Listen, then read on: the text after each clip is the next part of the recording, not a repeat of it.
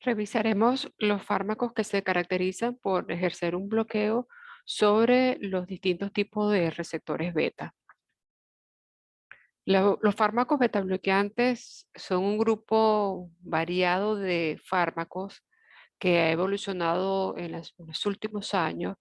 Hemos desarrollado un cambio en la indicación de estos fármacos que en muchas patologías estaban contraindicados y dentro de lo que es el campo de la medicina cardiovascular, nos ha permitido entender la fisiopatología de algunas enfermedades de origen cardiológico y se están indicando estos tipos de fármacos para enfermedades comunes de la esfera cardiovascular.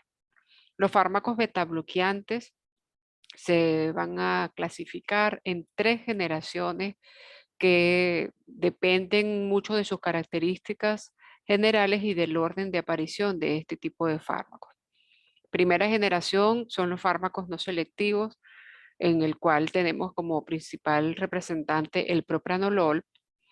Los de segunda generación, que son los fármacos cardioselectivos, también fármacos que tienen una importancia actual, y los de tercera generación, que son fármacos que tienen una propiedad adicional de vasodilatar.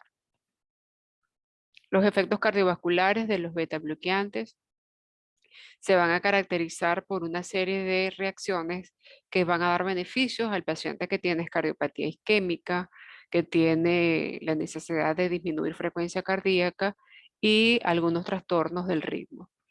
Desde el punto de vista cardiovascular, van a disminuir la frecuencia cardíaca, el gasto cardíaco. Los no selectivos tienden a aumentar la resistencia vascular periférica y alteran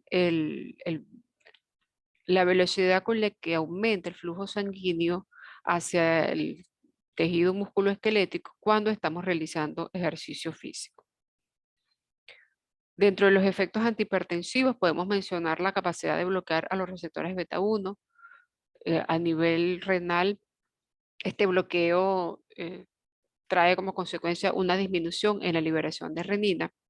A nivel central, el bloqueo de los receptores beta 2 produce una disminución en la liberación de noradrenalina y hay una vasodilatación periférica, sobre todo en los fármacos de tercera generación.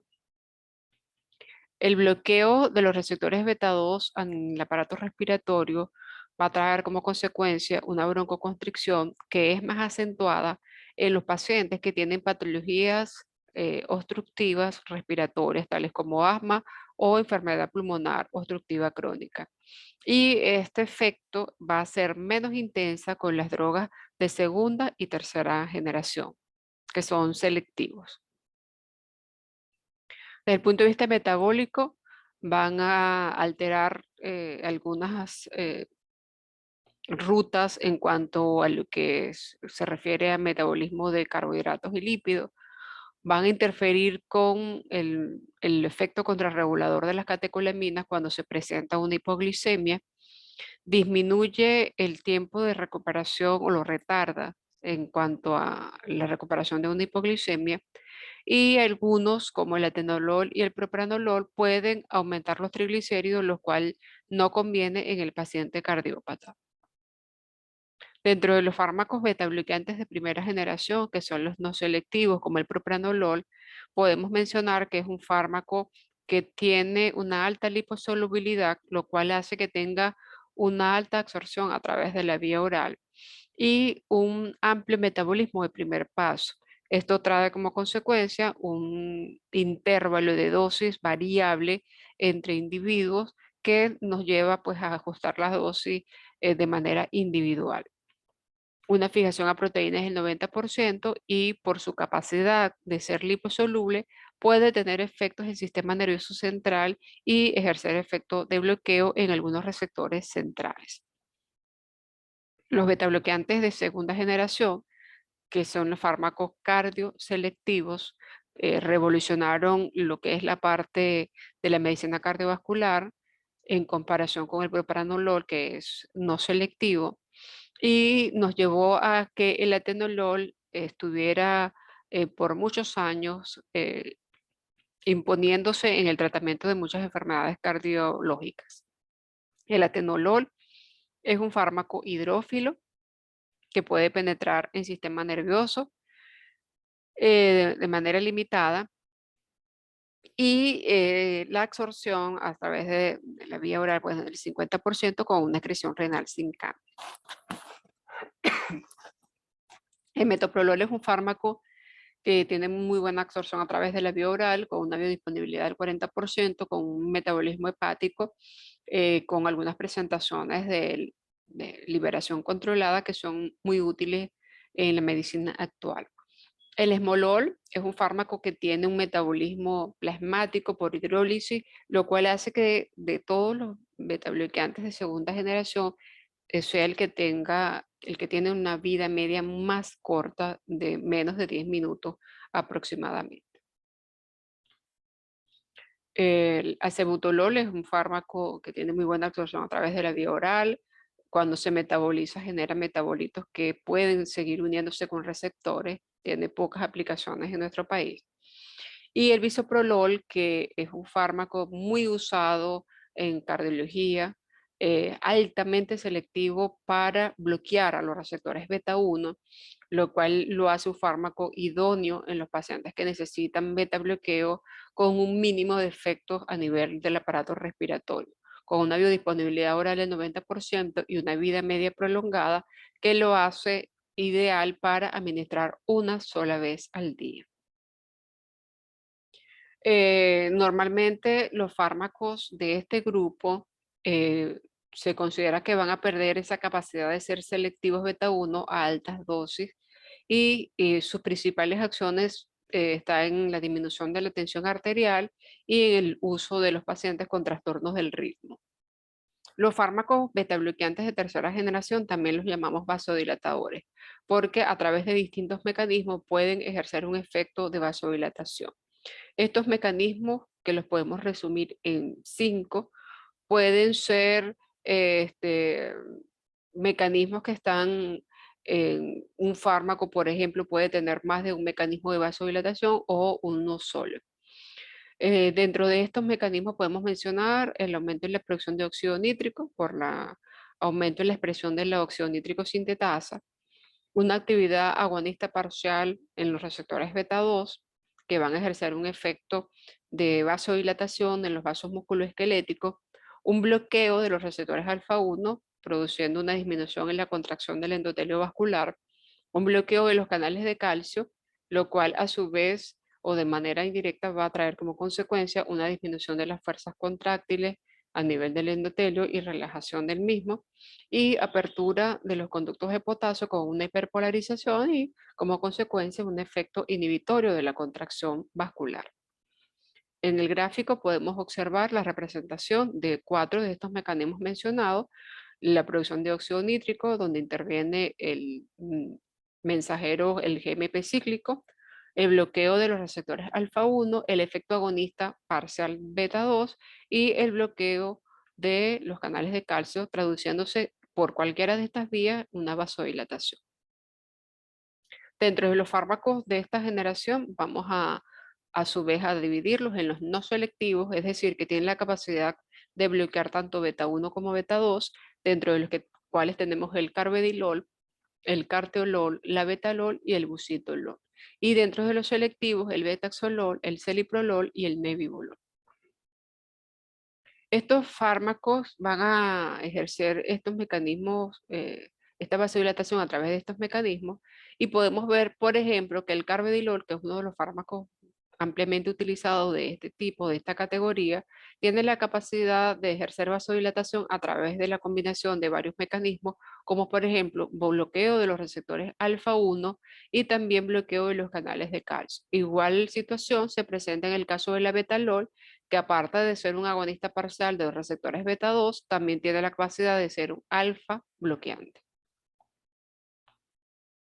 El carvedilol es un fármaco particular porque tiene muchas propiedades, es antagonista de los receptores alfa 1 y beta de manera no selectiva, tiene propiedades antioxidantes y antiproliferativas con una biodisponibilidad que es del 35%, muy lipófilo, con un metabolismo de primer paso extenso, con una vida media prolongada, que permite usarlo 2 veces al día.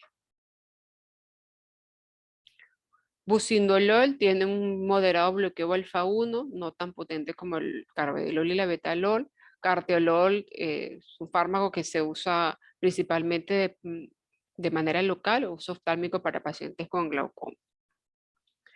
Celiprolol es un fármaco que tiene escasa liposolubilidad, un potente promotor de la producción de óxido nítrico y también ejerce un efecto agonista parcial beta 2. El nebivolol de estos fármacos es quizás el que tiene mayor selectividad beta 1, con una potente capacidad de liberación de óxido nítrico, un efecto antioxidante y beneficios metabólicos en cuanto al metabolismo de los lípidos.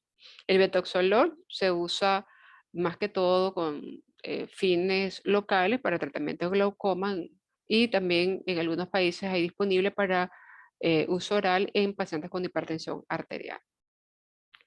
Los fármacos betabloqueantes pueden exhibirse ciertas interacciones medicamentosas, por ejemplo, estimulan su metabolismo algunos barbitúricos, la fenitoína y el antibiótico rifampicina, y disminuyen su metabolismo algunas sustancias como la furosemida.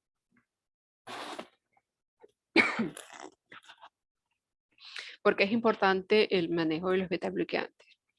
Eh, Dentro del paciente que tiene enfermedad cardíaca, isquémica crónica, enfermedad coronaria o tiene algunos trastornos del ritmo, es importante el uso de beta bloqueantes. Nosotros debemos evaluar de manera individual cuál de los beta bloqueantes es el que va a beneficiar a este paciente, si tiene actividad simpático-mimética intrínseca, la vida media del mismo para saber eh, cada cuánto tiempo lo vamos a indicar, las enfermedades asociadas que tenga y los efectos colaterales en la esfera respiratoria y en la esfera cardiometabólica. De manera general, se usa como tratamiento antihipertensivo, muy rara vez como primera línea, pero sí como complemento en los pacientes que tengan eh, diabetes o enfermedad arterial coronaria. En pacientes con eh, enfermedad arterial coronaria aguda o crónica, es decir, anginas, infartos, en pacientes que tengan insuficiencia cardíaca congestiva, arritmias, aneurisma aórtico disecante, pues todo paciente que está en esta emergencia debe recibir tratamiento beta bloqueante para evitar que la disección sea más prolongada o más rápida. En los pacientes con hipertiroidismo, los cuales exhiben una mayor expresión de receptores beta en las células y tienden a tener taquicardia, los manejamos con estos fármacos como el propranolol, podemos usar otros beta bloqueantes para la prevención de las crisis de migraña, no para la migraña como tal, no para la crisis dolorosa, sino para disminuir la incidencia de migraña, aunque actualmente hay otros tipos de fármacos que se prefieren. En algunas otras patologías que no son de origen cardiovascular, como el temblor esencial, de manera tópica el glaucoma, en pacientes con abstinencia por alcohol y algunas otras patologías del movimiento, en prevención de sangrado en los pacientes que tienen cirrosis hepática y que cursan también con varices esofágicas.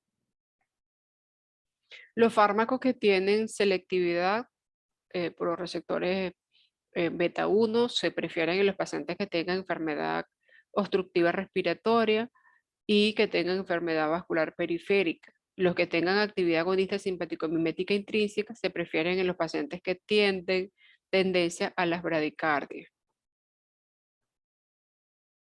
Esto en relación al grupo de fármacos beta bloqueantes.